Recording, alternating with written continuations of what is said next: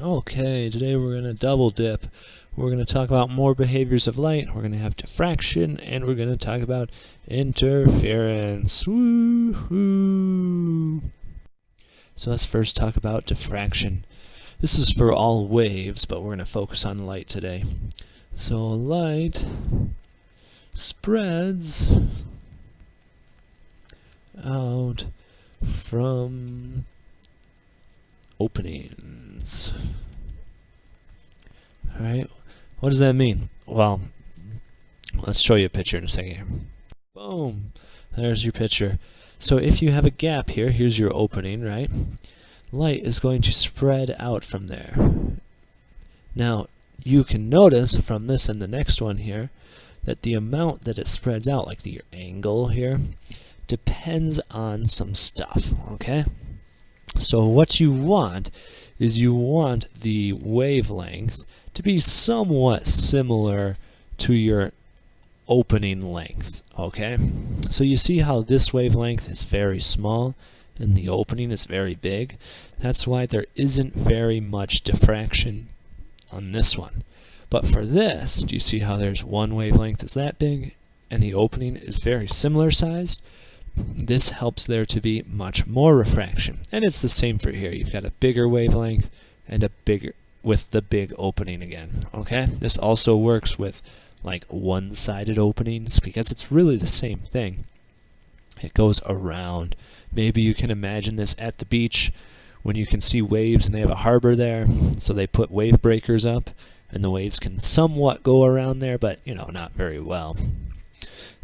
So that is how diffraction happens, okay? So that's when waves bend around the corners. Now, that has to be proportional, somewhat related to the wavelength. So if you look at your shadow and it looks very sharp, right? You're saying, oh, Mr. Keeney, it doesn't really diffract. Yes, because your shadow, like the gaps in real life object, are very large, which means light does not diffract very well.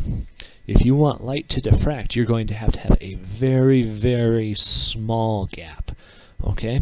One way that people can do this, we're going to show you some pictures in a second, is if you take like a piece of glass and you just spray paint it all black, and then you just take like a razor blade or something and you just make a cut, you know, somewhere in the middle or whatever.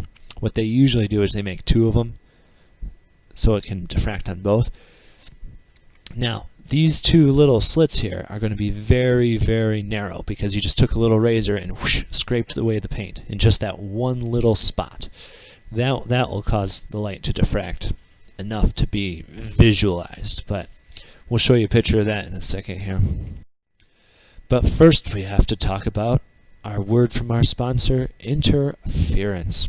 So interference is when waves combine to make a new wave. Ta-da! If you can add, you can do wave interference. So let's show you a picture here. So on the left, let's look at the left one first, you can see these two waves interfere. You have wave A, it's going to that way, wave B is going to this way. When they hit in the middle here, you're going to get a bigger wave, and then they're going to keep on passing through. This is on a single wave, but the same idea can happen with a continuous wave, alright? So you have wave X and wave Y right here, and you're going to get a resultant wave Z when you add them together. Let's look at one piece. This guy has an up wave, this one's an up wave, and this is a up wave that is twice as high because you add them together. And it is the same thing for the down waves because it's going to be twice as low. This is called constructive interference because you're making it bigger. Now, you can also have destructive interference because you can have one part going up and one part going down. When those two things combine together, they cancel out and you get a flat line. You're not going to have any wave. So destructive interference makes the waves smaller. Now these two things can be happening at the same time as well, but this is the general terms that we're going to be using here. Okay? For example, destructive interference is used for your sound canceling headphones. What they do is they have a microphone in the outer portion of your headphones, and they pick up the sound, and then they play.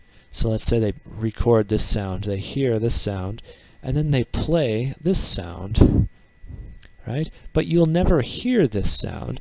The reason why you don't hear it is because when it combines with this one, it cancels out as best that the computer can manage, and that's why they work. Now, they don't work for everything, because certain sounds, like the computer can't make a perfect inverse copy of it, but for a lot of noise it will help and at least reduce that. Okay, so when we combine our interference with our diffraction, we can get what's called an interference pattern. Okay, so here's what we've got. On this left side, we've got light waves that are coming straight in, right? There's no bending of anything there. Now, we've got a barrier, we've got a gap right here, and there's going to be some diffraction from the gap, right? So you can see that there's bending on this. This is the diffraction pattern. And you've got an identical thing right there. Okay, now let's pretend that these lines represent the tops of the waves, right? So here you've got a top, and here you've got a bottom, because it's going to be halfway between the tops. Now, on this portion right here, okay, you've got a top plus a top. Now, these are identical because, well, I mean, the light here equals the light there, so you're going to get a super big one here. Now, when you have something here, at the X right there, you've got a top plus a bottom, which is going to be nothing.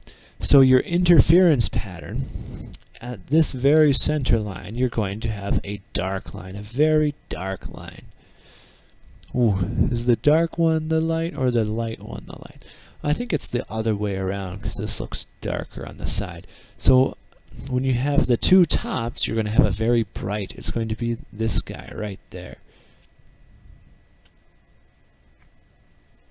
And then this, when it hits the wall, it's going to make a dark band, because there's going to be no light hitting the wall there. And so this is how you're going to get an interference pattern. And it's going to change the intensities as you go further to the left, because it's going to spread out more this way, right? You see how there's bigger circles over here, where the smallest circles will hit in the middle. That's coming from the yesterday's intensity kind of stuff. All right. So there's going to be gaps. The gaps will depend on the wavelength, among other things, right? Because if there's bigger gaps here, there's going to be bigger gaps over there. We're going to talk more about this later in physics, if it ever happens. But for now, we're going to be focused on just how interference works with diffraction.